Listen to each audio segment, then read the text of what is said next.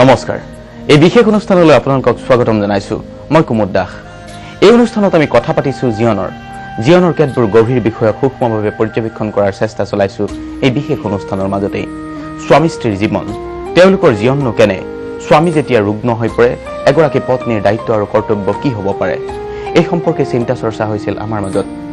এগৰাকী মহিলা অধিবক্তাই আমালৈ ফোন কৰিছিল যে তেওঁৰ পিতৃ অসুস্থ আৰু মাতৃয়ে পিতৃৰ বাবে অশেষ কষ্ট কৰিছে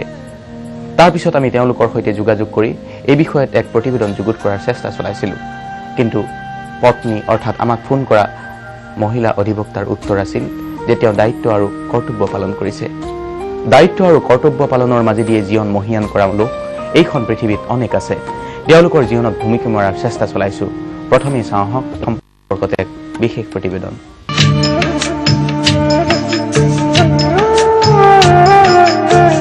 সুখে দুখে দুয়োৰে লগৰীয়া জীৱনৰ আজন্ম প্ৰেমিক হোৱা দুয়োগৰাকীৰ দুখত সুখত সকলোতে সমভাগী একত্ৰে বসবাস কৰাৰ আত্মিক সম্পৰ্ক যেতিয়া স্থাপন হলেই কোনো এজনে কাহানিও অকলশৰীয়া নহয় ৰুগ্ন শৰীৰ হ'ব পাৰে প্ৰিয়জনৰ তথাপিও প্ৰিয়জন সদায় প্ৰিয়জনৰ সৈতে আত্মিক সম্পৰ্কৰ মাজেদি বিচৰণ কৰি এনেদৰেই সংসাৰ গঢ়িছে তিয়কৰ এই পৰিয়ালটোৱে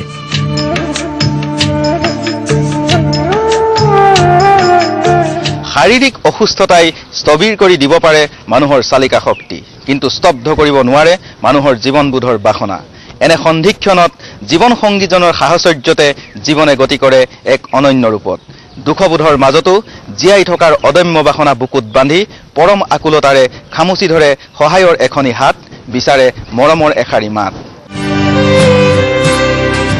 শাৰীৰিক অসুস্থতাই জানো কেতিয়াবা স্তব্ধ কৰিব পাৰে জীৱনবোধৰ বাসনাত থকা একাংশ লোকৰ জীৱনৰ গতি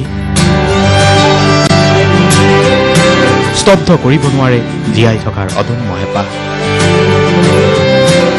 এইখন তিয়কৰ জগদুৱাৰ অঞ্চলৰ অৱসৰপ্ৰাপ্ত শিক্ষক ভোলানাথ গগৈৰ ঘৰ পুত্ৰ বোৱাৰী নাতিনীৰে ভৰা ঘৰখনলৈ কিন্তু হঠাতেই 2005 বৰ্ষত এজাক ধুমুহা নামি আহিছিল ঠিক ধুমুহা নহয় প্ৰিয়তমা পত্নী উত্তৰা গগৈ 2005 বৰ্ষৰ এটা দিনত উচ্চ ৰক্তচাপজনিত ৰোগত আক্ৰান্ত হৈ শয্যা হৈ পৰিছিল শৰীৰৰ বাওঁ অংশটো পক্ষাঘাত ৰোগীৰ দৰে হৈ পৰিছিল অকামিলা কিন্তু এনে সময়ত প্ৰিয়তমা পত্নীৰ বাবে সবাতোকৈ প্ৰয়োজন ভোলানাথ গগৈ স্বামী ভোলানাথ গগৈয়ে পত্নীৰ মনৰ বেদনা শৰীৰৰ বেদনা সকলো এক বুলি অনুভৱ কৰিছিল মনোবল হেৰুওৱা নাছিল স্বামী ভোলানাথ গগৈয়ে প্ৰতিনিয়ত প্ৰিয়তমা পত্নীৰ লগত ছাৰ দৰেই লাগি থাকি আগবঢ়াইছিল সহায়ৰ এখনি হাত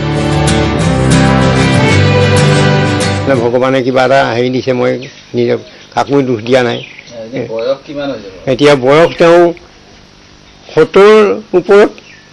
এতিয়া মোলৈ ধৰি লওক 70-74 বছৰ হ'ল 5 বছৰ এতিয়া কৰিবলগীয়া হৈছে তাৰপাছত তেওঁ বয়স এতিয়া 70 বছৰ অৱস্থাত যথেষ্ট বয়স হৈছে গতিকে তেওঁ সেইকাৰণে এৰিব নোৱাৰোঁ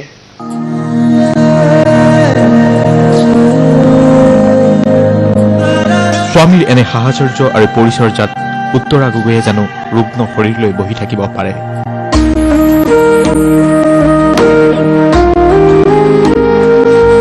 জীয়াই থকাৰ অলেখ অনুপ্ৰেৰণাৰেই উত্তৰা গগৈ ধন্য হৈ পৰিল ভোলানাথ গগৈৰ দৰে স্বামীৰ মৰম আৰু সান্নিধ্য লাভ কৰি কাৰণ স্বামী আৰু স্ত্ৰীৰ মাজত ভাল পোৱাৰ যি নিদৰ্শন থাকিব লাগে সেয়া সঁচাকৈয়ে পৰিস্ফুট কৰি তুলিলে ভোলানাথ গগৈয়ে সঁচাকৈয়ে জীৱনলৈ কেতিয়াবা জটিল সন্দিক্ষণো আহে আৰু এই সন্দিক্ষণত ভোলানাথ গগৈৰ কাষত থিয় দিলে পৰিয়ালৰ প্ৰায় প্ৰতিজন সদস্যই বিয়া এবছৰ পিছৰ পৰাই মাৰ এনেকুৱা এটা ঘটনা হ'ল যোৱা 5 বছৰ দিন ধৰি দেউতাই মাক বহুত পৰিচৰ্যা কৰি আহিছে তাৰ লগতে আমিও দেউতাক সহায় কৰিছোঁ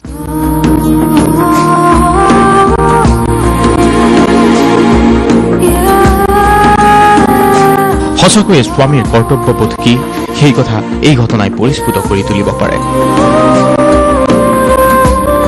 প্ৰিয়তমা পত্নীৰ বাবে স্বামীৰ কিমান প্ৰয়োজন সেই কথা এই ঘটনাই হয়তো পৰিস্ফুট কৰি তুলিব পাৰে। জীৱনৰ গতি কাৰোৱেই স্তব্ধ নহওক, জীৱনৰ প্ৰতিটো ক্ষণতেই মানুহ সুখী হওক,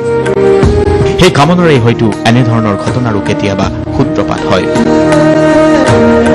কেতিয়াবা ভাগ্য, কেতিয়াবা নিয়তিৰ দান বুলিয়েই মানুহে মূৰ পাতি ল'বলগীয়া হয় জীৱনৰ সকলো বিপৰ্যয়।